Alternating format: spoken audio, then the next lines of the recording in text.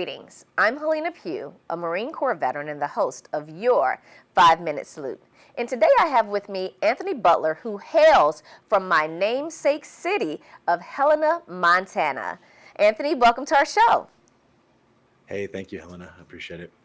So now, how did you become a member of our nation's military? Well, when I was a senior in high school, my parents filed bankruptcy just a few months before graduation, and my mom was like, yeah, we're moving back to Montana. We don't have a place for you, so you got to find something to do. And so I joined the Army as a mechanic. Excellent. And I was enlisted for 3 years, and then I did this transition program, and I ended up going to the academy straight from enlisted. And then I was commissioned as an infantry officer in 1996. So you went from enlisted into West Point and then an officer? Now, that's not a story I hear too often. Yeah, there's only a dozen or so a year that do that. I was the oldest guy to graduate my class because I had been enlisted for 3 years. And so I actually was in the infantry for a really long time. And my enlisted time really helped me when I made that transition. So yeah, it was a great experience. Okay, now tell me what you do today with Can-Do Ideas. So with Can-Do Ideas, what we do is we implement marketing systems for companies and help people, write their story for their brand. And I have a best-selling book called Primal Storytelling, Marketing for Humans. And interesting enough, a lot of vets and vets orgs have started to use it to get the word out and cut through the noise online. As you know, there's a billion plus websites out there, and it's hard to get your message out. And so that's what it's about. It really is. And marketing is a pretty open field. There are so many companies out there that do marketing today. So is there anything unique that you do with your customers to really help them find their niche in their industry? Yeah, we have a whole system as part of Primal Storytelling to really look at who's your best fit client, like who do you love to work with, like who would really love to work with you, and then think of a strategy you can connect with them through storytelling and just really creating emotional content that will connect at a primal level. That's really what it's about. Okay, so now you've obviously had some transitions in life, and really I'm going to start using the word transformation. So when you transitioned from your military service into your civilian field, what were some things that you encountered that really helped positively impact your transformation that you want to share with other veterans? The one thing that really helped me was I wasn't scared to try things. So I got out, I had no idea. I had never worked a job outside of the Army before as an adult.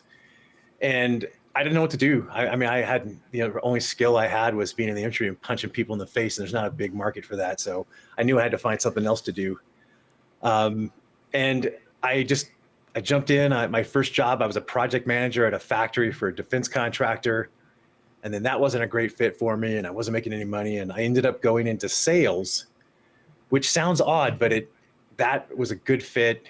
And I ended up at a tech startup in New York City. And even though I'm from Montana, I'd never even ridden the subway before. And that startup kind of launched a career for me of working in startups and helping them grow. And that particular startup had a 9-figure exit.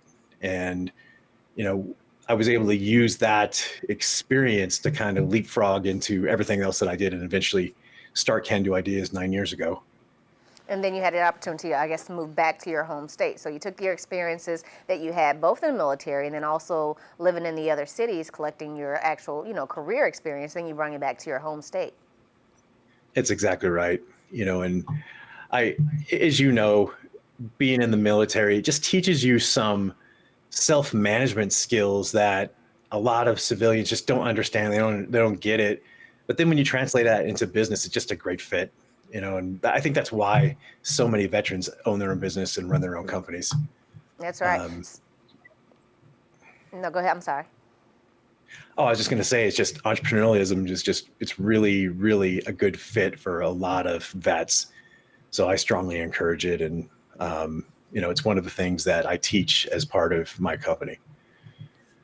Yeah, that's exactly what I was going to say. You know, like you said, don't be afraid to get out there and try something new. Don't be afraid to pick up a new skill set. And at the end of the day, you know, being able to come back and share your experiences with the ones that you love, with the ones that are in your area, your home state, is also really important, because veterans do that really well as well. You know, we'll go out there, we'll learn something new, and then we'll bring it back and we'll teach the people that have been in our network what we've experienced.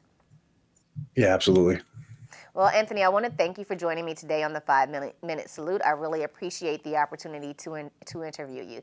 Thanks for joining me. And listen, I've got to get up to Helena. I haven't been up to Helena. I'm a Hellena, but I haven't been to Helena yet. So it is definitely on my visit list. Oh, that's great. You'll love it here. It's beautiful. Excellent. Well, thanks so much for being here, Anthony. Have a wonderful week. Hey, thank you. Thank you for joining me on today's 5-Minute Salute. To learn more about today's guests and see past shows, check out our YouTube channel and click on the description of this video.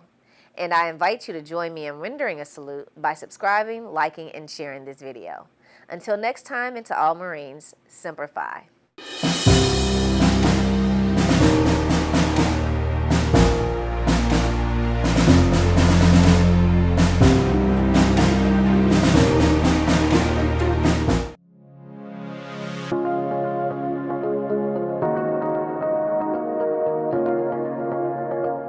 My name is Hellena Pugh. I am the founder of ZaharaVets Network. So I started ZaharaVets Network because as I transitioned out of the military in 2012, I was encountering so many challenges with my transition, and I realized that there really wasn't an organization that spoke definitively to the issues that impacted women veterans, but also I encountered other male veterans who were having very similar issues to which there really wasn't an answer. So I started the organization so that I can provide information for other veterans, but also put us on the path to start providing those services that weren't being offered.